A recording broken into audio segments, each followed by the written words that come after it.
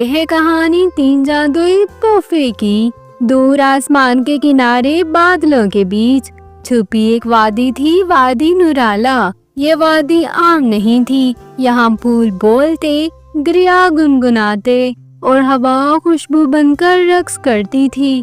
صبح کے وقت آسمان سے نیلا جادو اترتا جو درختوں کی شاخوں کو موتیوں کی طرح چمکا دیتا۔ اسی وادی کے درمیان نور محل کھڑا تھا، پوری طرح شیشے اور روشنی سے بنا ہوا، جس کے ہر ستون سے رنگین کرنیں نکلتی تھیں۔ یہ محل تین عظیم پریوں کا گھر تھا، تین بہنیں جنہیں دنیا آسمانی تحفوں کی محافظ کہتی تھی۔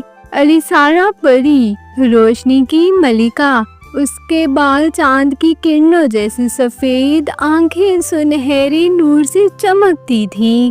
جب وہ چلتی تو زمین پر روشنی کے پھول کھلتے۔ اس کا تحفہ تھا نور کا ہار جو ہر اندھیرے کو مٹا دیتا۔ میلیورا پری، خوابوں کی رانی، وہ سوتی نہیں تھی بلکہ دوسروں کے خوابوں میں جاتی تھی۔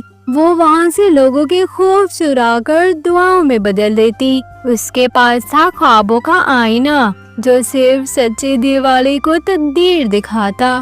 فیلورین پری، محبت کی پری، اس کے بال گلابی روشنی میں چمکتے اور جب وہ مسکراتی تو ہوا میں خوشبو بکھر جاتی۔ اس کے پاس تھا محبت کا پھول جو آنسوؤں کو خوشی میں بدل دیتا۔ تینوں بہنوں کے یہ جادوئی تحفے دل کی نیت سے چلتے تھے۔